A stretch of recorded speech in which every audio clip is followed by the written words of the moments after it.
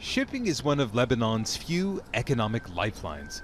Billions of dollars of goods are transported to and from here every year, and Gulf states are among the biggest clients. When Saudi Arabia and the United Arab Emirates abruptly cut diplomatic ties with Qatar, they also imposed land, air, and sea restrictions, further complicating the busy shipping routes in the region, including the lucrative link between Doha and Beirut. In the days following the diplomatic fallout, the governments of Saudi Arabia and the UAE have issued guidelines to global shipping companies stating that any vessel, regardless of the national flag it is sailing under, would not be allowed to enter their ports if it also travels to or from Qatar.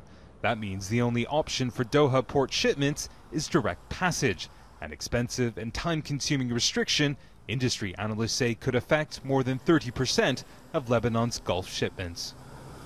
This is very bad for business because the efficiency will be lost, the saving in cost will be lost. So we will lose this advantage of having competing products in the Qatari markets. Lebanon's economy is so closely tied to the Gulf that any tensions in the region are almost always felt here. Despite this, Lebanese government still hasn't made any public statement about the crisis. That's because Lebanese political parties are split between those who are dependent on Saudi Arabia for support and financing and those who are dependent on others for the same, leaving the government little choice but to remain silent on issues affecting the region.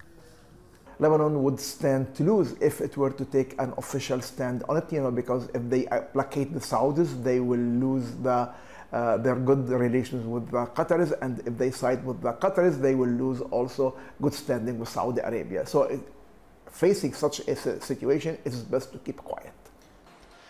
Whatever the case, Lebanon is no stranger to tensions with the Gulf. Last year, Saudi Arabia reacted angrily to what it described as the growing influence in Lebanese politics by Hezbollah and its chief patron, Iran, and threatened to cut more than $3 billion in military funding.